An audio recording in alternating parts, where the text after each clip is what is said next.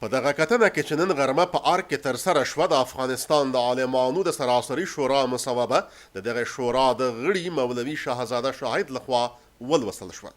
د افغانستان د علماو سرتاسري شورا په خپل مسلمان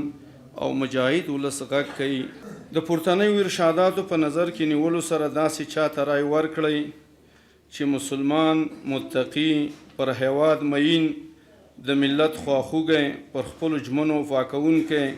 عادل د مظلومانو ملګری د دینی او سیاسي بصیرت لرونکی ښه ادارچي او د اهلیت او لیاقت خاوند وي او هغه چاته له رای ورکولو څخه ډډه وکړئ چې ظالم، غاصب، قاتل، خائن او د غیر اسلامي سابقې لرونکی وي. د ولایتي شوراګانو د استازو په ټاکلو کې هم باید همدغه مواصفات په پام کې ونیول شي. دویم،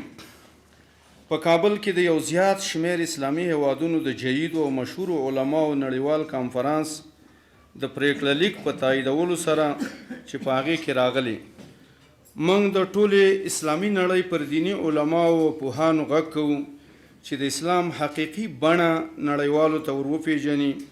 او په ټولو برخو کې د یو اسلامي متحد صف رامنځته کولو لپاره کار وکړي. خلکو ته د اسلامي ارزښتونو، احکامو او اصولو په پوهاوي کې خپل رول ادا کړي چې بې له شکه سوله، ورورګلوي او اسلامي نږدېوالی او اړیکې له هغه جملې څخه دي تر څو خلک پوه شي او د بېګناه مسلمانانو له وژلو او وینو تویولو او ویرې او اچونې څخه مخنیوی وشي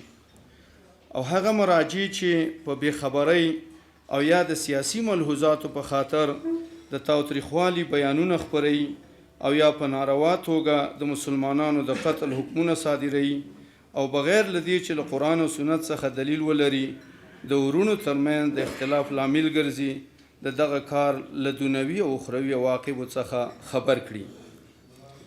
افغانستان یو خپلواک اسلامي هیواد او د اسلامي امت یو نه بېلېدونکې برخه ده.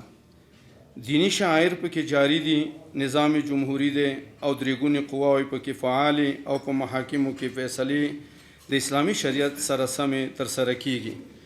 قانوني او مشروع حکومت لري، نو شرعاً د داسې یو نظام پر وړاندې جنګېدل او قیام کول جواز نه لري. موږ له طالبانو د افغانستان د حکومت څخه غواړو چې د رغند او مستقیمو خبرو له لارې د خپل کور ستونزه د پردیو له مداخلې پرته هواره کړي تر څو له کړاوونو څخه د وتلو او افغان ولس ته د سوله ییز ژوند لاره هواره شي. موږ د اسلامي نړۍ علما د ښکیلو ډلو ترمنځ د منځګړیتوب، روغې جوړې او هر راز مرستې لپاره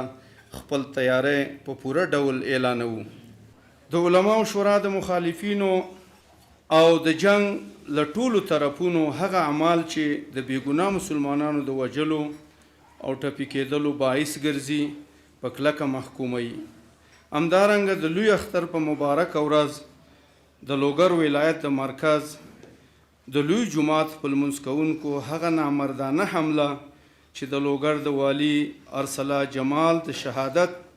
او یو شمیر نور مسلمانانو د ټپي کېدلو لامل وګرځېده او د دې جنایت ترسره کولو لپاره د یو بل دردونکي، بوږنونکي ستر جنایت مرتکب شو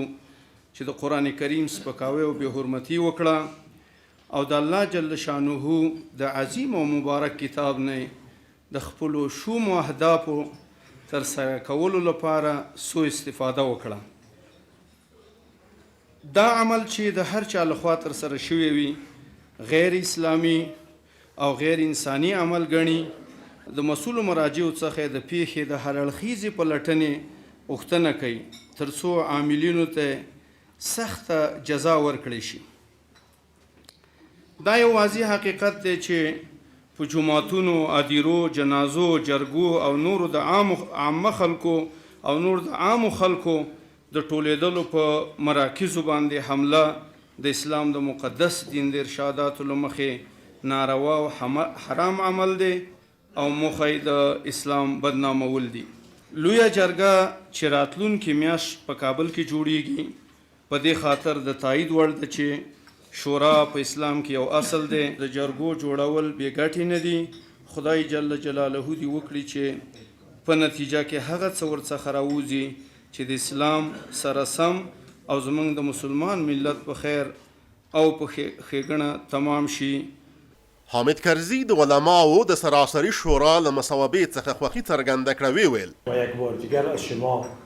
به ملت افغانستان پیام‌های برای خیر، صلح، ترقی و مردم سالاری که نیاز کشور است میرسد. در اعلامیه امروز شما ذکر از انتخابات شده بود و ذکر از کاندیدای محترمی که ثبت نام کردن شده بود و آرزوی بر انتخابات به خیر ملت افغانستان و خواهش از ملت افغانستان شده بود که به انتخابات برن برو و کاندید دلخواه خود رای بدن. قدم مهمی در راه تحکیم هرچه بیشتر ثبات و ترقی افغانستان است. د هیواد جمهور رئیس زیاته کړه په هغه څه چې ډاډمن یو هغه دا دی چې د افغانستان ملت په مخ کې یو نیک سفر لري او په یو مثبت لوري روان دی. د افغانستان راتلونکی جمهور رئیس به د دولت یو منظمه دستګاه او له مخکې څخه تنظیم شوې اړیکې ولري. حامد کرزي چین ته د خپل وروستي سفر په اړه د علماو شورا ته معلومات ورکړل ویل د چین ستر هیواد چې 1400 میلیونه نفوس لري چارواکو یې د افغانستان له هیئت څخه تود هرکلی وکړ. د ویل د چین د جمهور رئیس سره په کتنه کې د افغانستان او امریکا ترمنځ د امنیتي تړون په باب خبرې وکړي چې د چین جمهور رئیس ورته څرګنده کړه چې هیواد یې د افغانستان حالت او مجبوریتونه درک کوي او له ټولو هغو توافقاتو څخه ملاتړ کوي چې هغه د افغانستان د ملت په خیر وي. جمهور رئیس کرزي د چین بې ساري پرمختګ ته د اشارې په ترڅ کې وویل د دغه هیواد ټول پرمختګ د هغه د خلکو په خپل لاس او زیار شوی دی او زموږ د هیواد آبادي او پرمختګ هم باید د هغه د ځوانانو په لاس وشي.